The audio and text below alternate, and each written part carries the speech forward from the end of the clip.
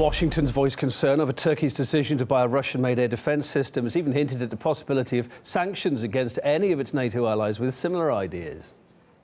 You know, it goes against our policy to have a NATO ally, such as Turkey, use an S-400 system. Part of the problem with that is that it is not interoperable with other NATO systems. And so we are against the having some of our partners and allies around the world potentially purchase S-400s. And it would trigger CATSA sanctions? I'm not going to get into that, but we have made very clear what could trigger sanctions for other countries and entities around the world.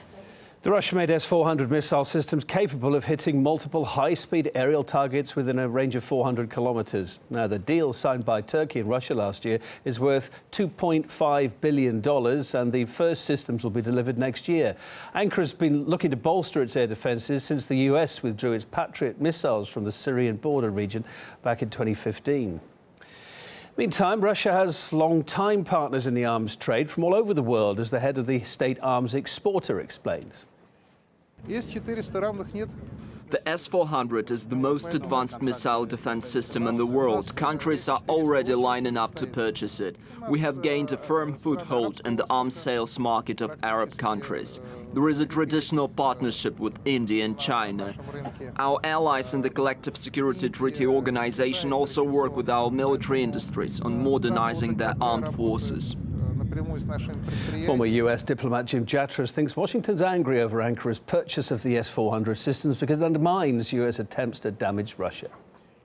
The people behind these policies do not look at Russia as a partner at all. They look at it as an adversary, and that their goal is essentially regime change in Russia.